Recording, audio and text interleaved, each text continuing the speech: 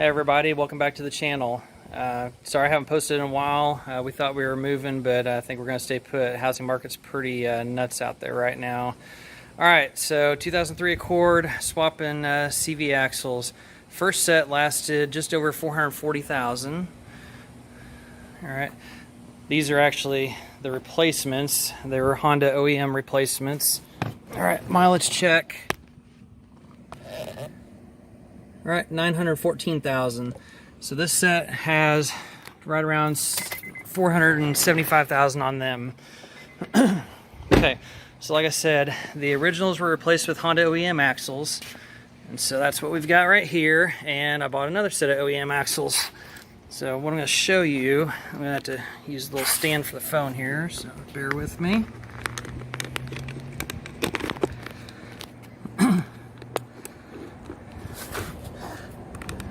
Okay, so with these axles, with the Accords, apparently it's the inner CV joint that ends up wearing on these.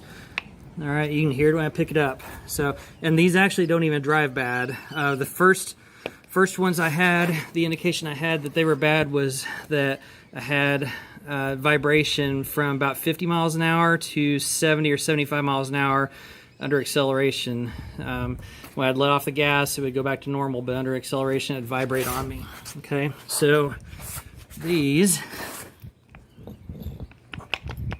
there you can hear it. All right, that's the inner joint. Here's the new one. Nice and tight, no noise. And then the outer joint, no noise. And then same thing on this one. This one's tight, so it's the inner joint on these that's gone bad. So, driver's side, I've got all tore apart right now. I'll go through step by step on the passenger side about how to get everything apart and everything. On this side, I put some grease around the transaxle seal there where the CV shaft goes through. Alright, so I'm going to go ahead and get this side button back up, and then I'll go ahead and take you step by step through the other side. It's not a bad job. All right, so far all I've done on this side is to remove the tire. So first thing we have to do is unstick the axle nut. There's a little notch in the CV shaft where it bolts on. All right. Okay, now I'm going to put on my spare.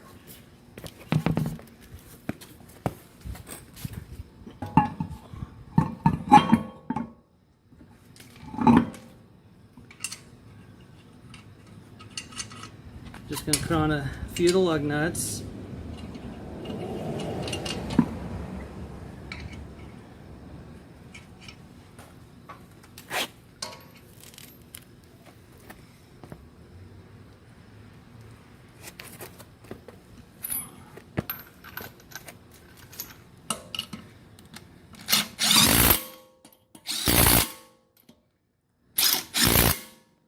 Okay, now we're going to let the car down and use the weight of the car to help us with that axle nut.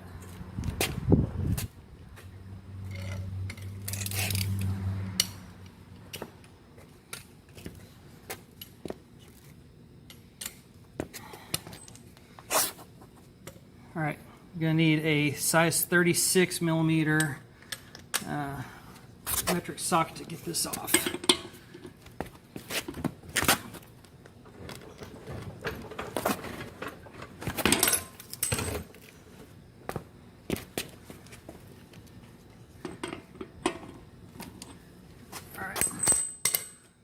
That's loose. I'm going to jack the car back up.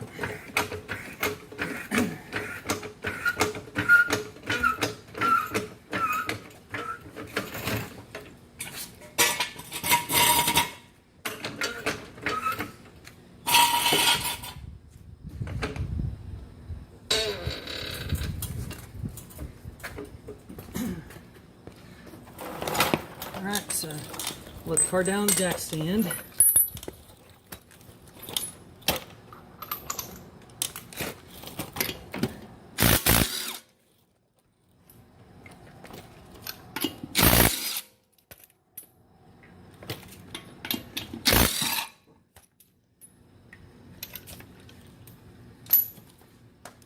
Alright, spare tire comes off. Okay,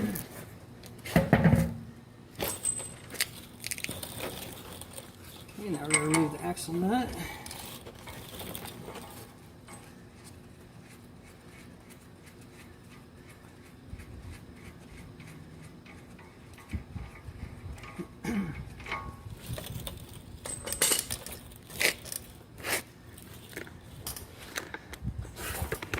Okay, so now to get all the rest of this loose,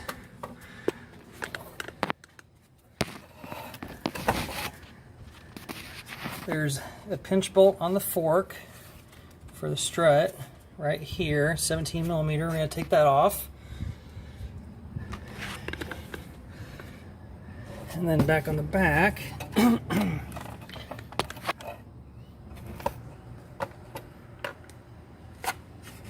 I'm going to take the outer tie rod in, take that cotter key out, cotter pin out, and then remove that nut. And then I'm also going to loosen and remove the nut on the upper control arm right here. And I'm also going to take off the mounting brackets for the brake hose, as well as the speed sensor up here, and that's going to get the knuckle completely loose where we'll be able to pull that out. So I'm going to do that real quick. Alright, so I've removed the pinch bolt, or the fork pinch bolt from the bottom of the strut down there. I've loosened the upper control arm nut, and then I tapped on it to get the upper control arm loose. Same thing back here with the tie rod in, outer tie rod in. Remove the cotter key, back the nut off to the end, and then tapped on the bottom of it to break that loose. So now I'm going to take those loose.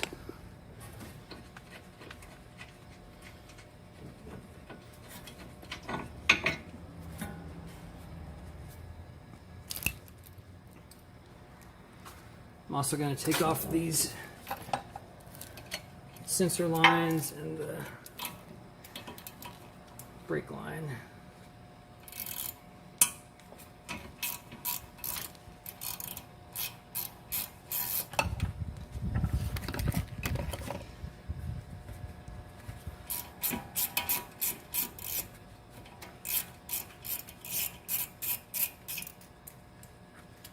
Okay, the brake line's loose. Put the nut down there, or bolt down there.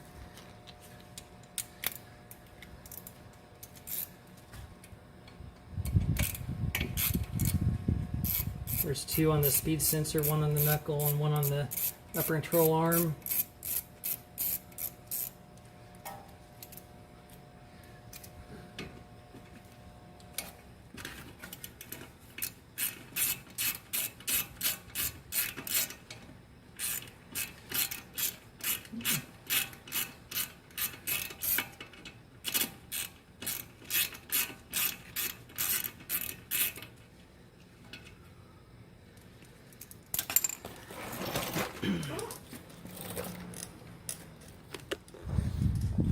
Okay, so everything should be loose. Get that off up there.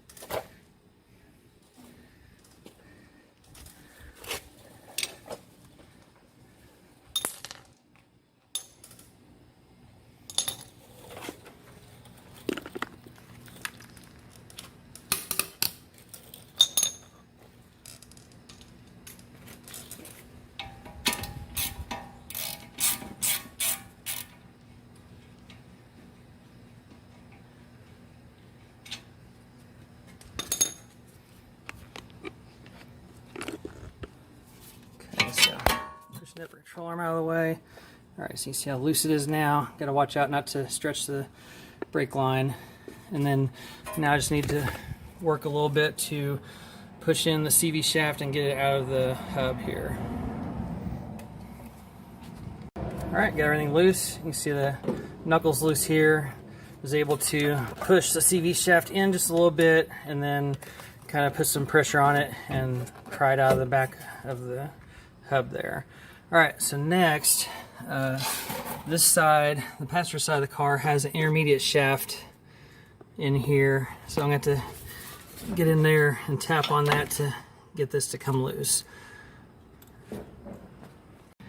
Alright, so you can see the intermediate shaft in there. I was able to use a long pry bar and tap on the inner part of the CV joint, the axle. So what I do, it's too hard to get a camera under there under the car, but this long pry bar, about 2 feet long, go from the driver's side of the car, go across. There's a heat shield up there. You can work around that, and you can put the end of that on the inner CV joint, and then you can tap on the back of the pry bar with a little mini sledge, and pops out after a couple taps.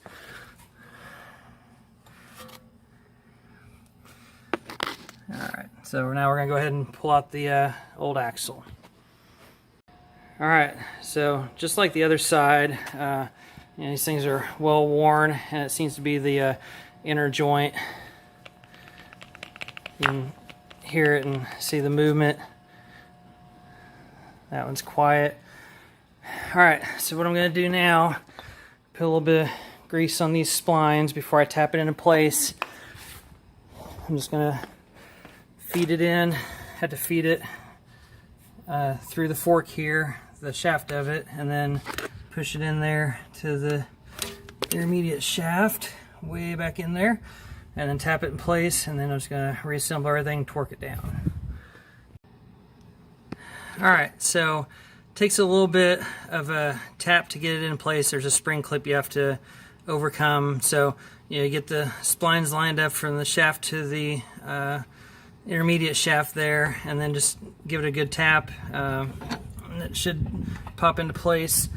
So now on the splines out here, I've put light coat of grease all the way around. Now I just need to push it back into the hub and then button everything back up.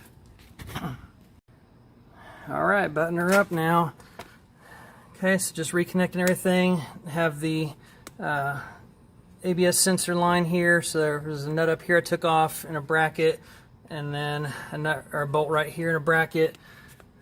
And then the brake line in the front here, there was a bolt there, that's 12 mil, the other two are 10 mil. The upper control arm nut here is a 15. So make sure you check the torque specs for your car, because the early 7th gen Accords have different torque specs than the late gen, and then also 4-cylinder versus V6 different as well. And then I'll have to torque the outer tie rod end down, and then the bolt going through the fork for the strut down there. Alright, and then after I torque all those down, you see I've squirted a little bit of anti-seize compound here. Honda recommends you use new axle nuts, so I went ahead and ordered new axle nuts for both sides when I ordered the axles.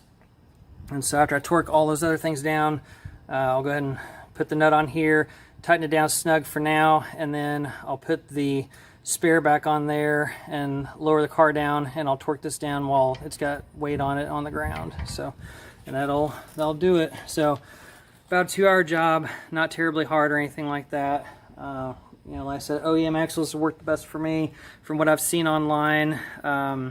The parts store remanufactured ones are pretty much junk, don't last very long at all. And then just one step above that would be the actual new axles at parts stores. Those are a little bit better. Raxles, those are rebuilt OEM axles, and then of course the Honda OEM ones like I've got. So that's what I'm using, is just the original factory OEMs, brand new. So and then the other thing on this car is the V6 manual transmission actually has the cheapest axles by a long shot. These are I just looked them up, is about $450 to $500 for the pair for these, but some of the cars you're talking like for OEM axles like close to $1,000. They get pretty pricey, but I mean, at least the good thing is they last, because I've ran 2 of them, both well over 400,000 miles, so at least if you're going to spend the money on them, that you're going to get quite a bit of life out of them. So alright, thanks a lot for watching. We'll see you for the next one.